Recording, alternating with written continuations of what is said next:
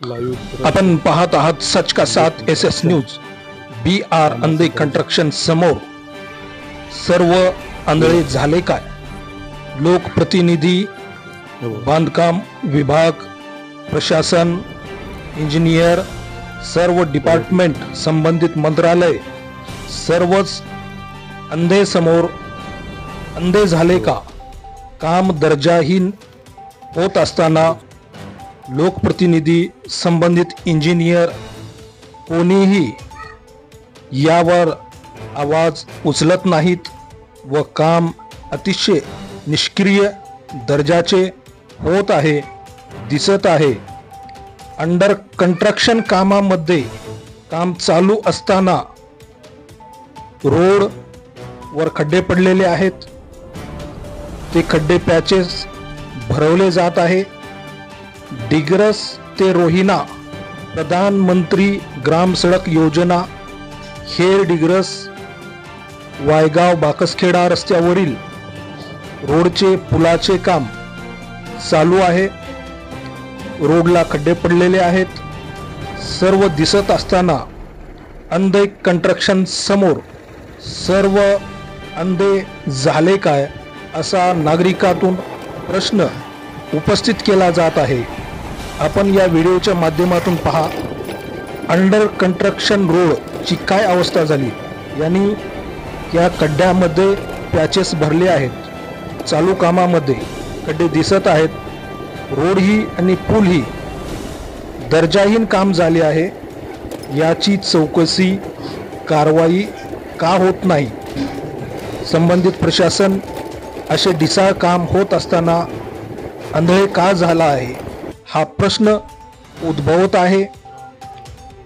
शासन प्रशासन याची दखल घ्यावी, शासनाच्या निधीचा गैरवापर होऊ नये, दर्जा चांगला कामाचा व्हावा यासाठी प्रशासनाने वेळीच दखल घेतली पाहिजे।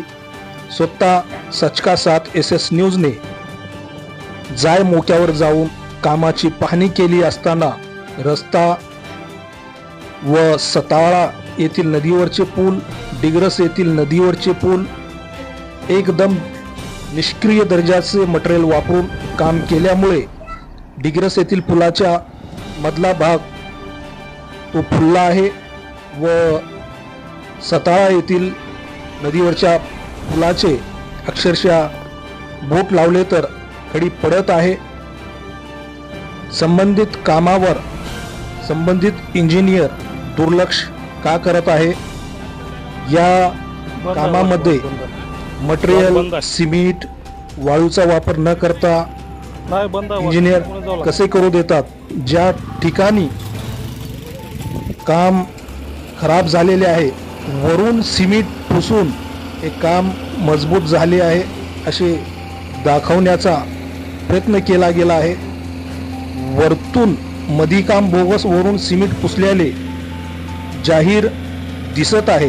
या व्हिडिओच्या माध्यमातून आपण पाहू शकता व संबंधित डिपार्टमेंटने संबंधित गुत्तेदारावर कारवाई केली पाहिजे, काळ्या यादीमध्ये या गुत्तेदाराला टाकलं पाहिजे, जनतेच्या पैशाची उधळपट्टी थांबवली पाहिजे असे आमच्या चॅनलच्या माध्यमातून प्रशासनास आम्ही विनंती करत आहोत। दर्जाहीन काम झालं आहे, नंतर अशा पद्धतीने काम करून वरून सिमेंट पोचलं जातं तर मातीमध्ये बदलून जातं।